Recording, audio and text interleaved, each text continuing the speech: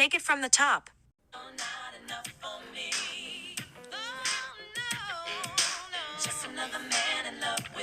Not good enough. Do it again.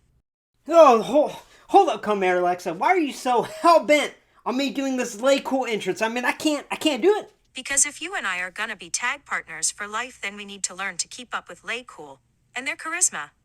Oh, here's the thing, come here, Alexa. I am super proud of you for doing all your research on today's review of LayCool. But I have to tell you, there are some things that you did not come across on the network about this team, like some very important details. Like, for example, they are about as heel as they come. And me and you, we need to be the straight babyface tag team of Lumberjillville.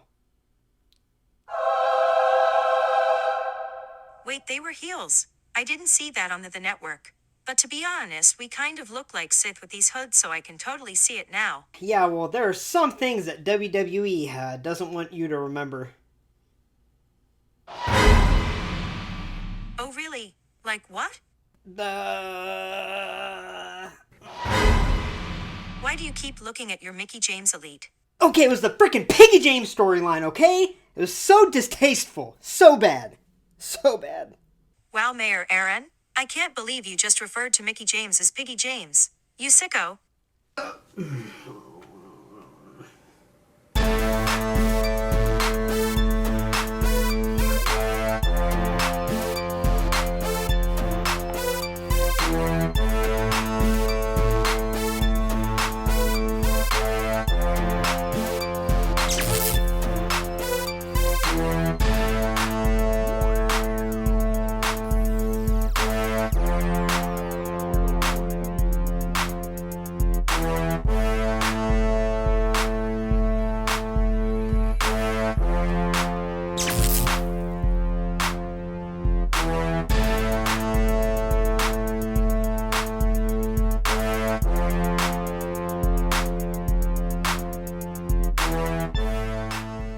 History time! Alright, so Layla L and Michelle McCool began teaming together in June 2009 and eventually became an official team at the end of that year. They were a very successful tag team in their own right, having won both women's titles available in the WWE at the time. Both the WWE Women's Championship, which they retired when they unified it with the WWE Divas Championship. Both titles they claim to hold as a tag team, although this is not really officially recognized. Technically, Layla was the final women's champion, and Michelle McCool was the inaugural Divas champion, so both have a piece of women's wrestling history to their own right. Now, this team did stir controversy when they had a storyline where they bullied Mickey James for her weight and called her Piggy James, which Mickey looked great at the time, and this storyline should never fly in today's world. It was bad then, and it would be bad now, especially in a world where bullying straight out sucks. But this is extremely hard to watch or read about, to be honest with you. But let's stick to the positives of this team, starting with their figures. So let's start off with the older figure of the two and the harder to find, to be honest with you. This Michelle McCool is from Basic Series 7, released in 2010. Now let's take a closer look at this box before I open her up, because honestly, this box is cool and all, but it is damaged and beat up, especially the bubble, so that's extra incentive for me to open it up and get a closer look. Otherwise, it would be hard to open it because it is a pretty hard figure to find. So something I noticed right away is she has a display stand, and if you look at directions on the back, it looks like take this name tag from the side and put it in the display stand, so that's kind of cool. We'll see how it works when I open it up, but like I said, this bubble's smashed, so I don't think it'll work too well. But just taking a step in the time machine here, it's pretty cool. You get to go back and look at the series, and this is so early in Mattel's line with WWE, their partnership with WWE, so it's really cool to see the old school versions of, Sheamus, Rey Mysterio, Undertaker. Look at Kofi right there, and Yoshitatsu, he didn't have many figures released, so it's pretty cool to take a step back in the time machine here, especially when it comes to Mattel figures. Now, that being said, let's open her up.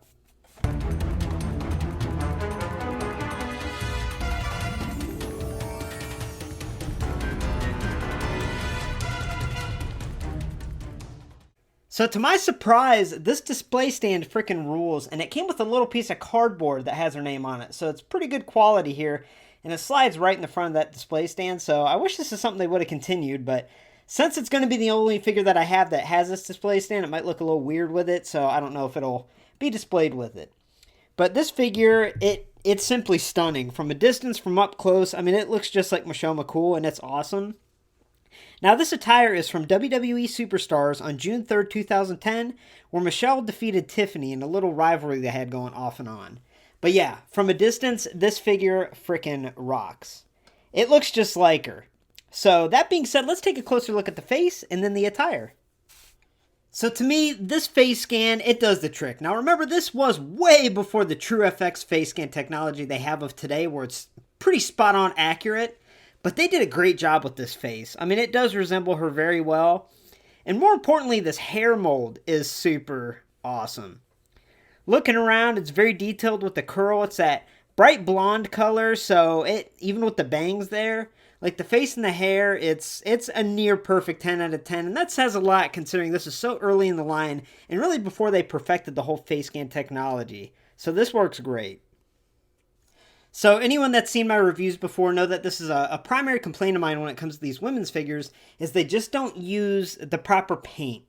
So if they would add a metallic or a shine or a glittery type paint to these attires, it would really add so much to these women's figures, considering a lot of their attires include that type of design. And this is no different. However, this was a 2010 release, so it gets a huge pass, and that's perfectly fine. But even looking at the picture on the box, you can see that she has that glittery type material, so that's too bad. But like I said, it's 2010, so this figure gets a pass because it looks great. Now, taking a closer look, this attire is very iconic, and it looks great. And honestly, from a distance, you can see that it's Michelle McCool just by seeing the attire. Now, looking up close, her top is just that generic mold for the time, with a little blue painted that overlaps. And then she has that silver cross painted on pretty nicely. The strap is molded on, which is nice. Moving to her lower extremity, she has just that blue again, with a nice black and white belt painted all the way around, and once again, that silver cross. Now, what really stands out are these little glove gauntlets type things that she wore that had the double white stripes at the top and the silver cross painted on. They look awesome, and it's really nice that they made them fingerless, just like the one she wore in real life.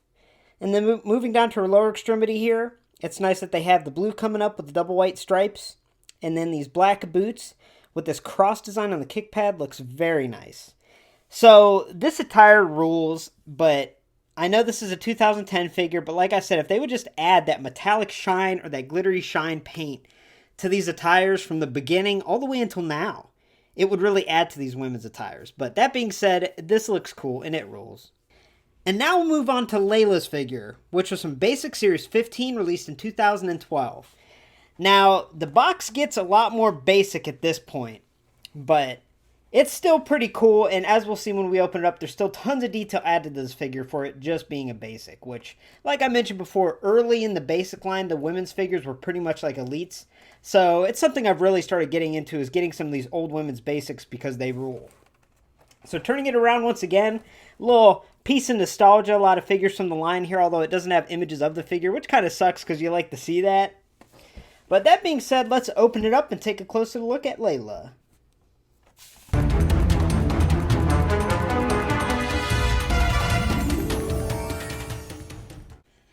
Wow. Now, I'll be honest, when I took this figure out of the box, I freaking love this figure. This might be one of my favorite basics of all time, if not my favorite. It sounds crazy, but I'll show you why. It's just super, super cool, honestly. Now, this attire was from WWE SmackDown on April 15th, 2011, where Layla was defeated by Kelly. Now, I'm only going to say this once, and I'm so sorry, but that attire, it was hard to track it down because I'm colorblind, and to me this looks blue, but I think it's like a purplish. And I discovered that by putting it next to the Michelle McCool figure and seeing the difference. And then also on this package, as you can see, she's got that shiny glittery attire. So it was kind of hard to track down when they don't use that shiny glittery paint, but I won't get into details because I've already talked about that. So, that being said, let's take a closer look at this figure. I'm pretty excited. Let's start with that face. Alright, so as we take a closer look at the face, I'm going to need the help of all you viewers out there. So, on my Layla, if you look close at her head, she has little silver specks in the front of her hair. And to me, it looks like glitter. And it seems like it's paint. I tried rubbing it off, And it looks really cool, and it seems like a cool additional detail, but I don't want to comment on it because I'm not sure if all the Laylas are like that or if mine just has something wrong with it. So let me know in the comments if your Layla has that, because it's hard to tell in pictures online. Now, that being said, moving on to the face scan, this has caused some controversy because a lot of people just don't see Layla with this face. Me, I don't think it's that bad. I think they took a lot of attention to detail to it, and remember, this was, again, before the TrueFX face scan technology, so they did put a lot of work into it, and I don't think it's that bad, especially from different angles. Maybe straight on it looks a little off, but comparing that to her picture, maybe if the eyebrows were a little lower, that would make it better, but overall, I don't think it's that bad. But what I think stands out and what I think is excellent is his hair. And this hair mold and sculpt is awesome.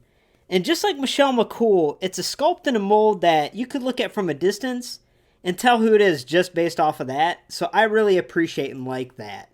So overall, it's an okay face scan, but that hair puts it over as awesome in my opinion. And let me know if yours has little dots or little glitter specks in the hair of your Layla. So this attire is what completely puts this figure over the top for me and makes me love it so much. I love the uniqueness of it, and I absolutely love the attention to detail and love that they put to this figure. Now, taking a closer look, the first thing you'll notice is this top. It's not just painted on, and it's not just molded on, it's actually a separate molded piece. Now, it's not meant to come off, and it looks like it might be glued down on the side, but either way, there's no point to take it off. And you can tell she has a black top painted underneath. But yeah, this is a separate molded piece, and it looks awesome. And I love that it comes up, covers that left shoulder, and then she has her left arm painted, so it looks like a continuation of the design, and it fits her nice, just like it would in real life. And her left arm has a black line going down that says flawless in silver. And the back has a continuation of that black design painted on with little silver studs that we see on the front. Now, moving on to her lower extremity, she has this black belt that's molded on, and she has all the buckles even molded, which is a nice little accent. Now, for this time in her career, this was a signature look. She eventually did change her overall look, but this looks pretty cool. It is accurate to the time. And she has these bell-bottom type pants. Now, what I really love about them is if you turn them around, she has L-E, Layla L, and this black line that's thick, and it gradually gets thicker, and then it says famous, painted in silver on both sides.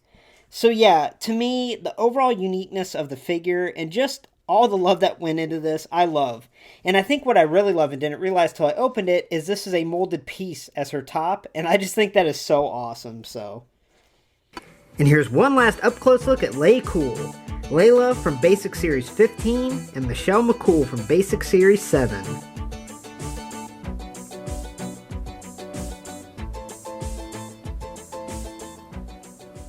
So as far as availability goes, this Layla is a lot easier to find than this Michelle McCool. This Layla goes around the $30, $35 price range mint on card on eBay. And this Michelle McCool at the low end goes around $55, but I've seen it go upwards near $90 or so mint on card, and it doesn't pop up as much. So honestly, they're both a little tricky to find, but Layla, for the price that you can get her, I would suggest any women's wrestling figure collector to go out, find her, and pick her up for around $30 mint on card and open her up, take a look. The Michelle McCool, if you come across a great deal, definitely grab it because that's a great figure as well. So I have to remind y'all that these two are basic, so they're going to be on my basic grading scale. And even though the early women's basic figures had elite articulation and a lot of attention to detail put into them, it's only fair to put them on the basic scale. So overall, I give this Layla Basic Series 15 a score of an 8.5 out of 10. And I give this Michelle McCool Basic Series 7 a score of a 9.5 out of 10. So this Layla is a great figure, and I love it. To me, it's just a sentimental type figure that I just love it, and I think it's great. The only thing that's a little off is that face. It's not perfect. I don't think it's as bad as it gets flack for, but it really isn't the best and doesn't resemble her a whole lot. And as y'all know from my reviews, that is like the most important thing I look for.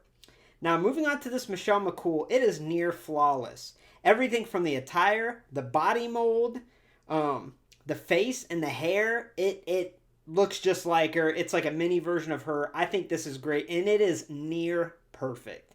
So yeah, honestly, both of these are great, and it's hard to give them a score because these women's basics from the early days are freaking awesome.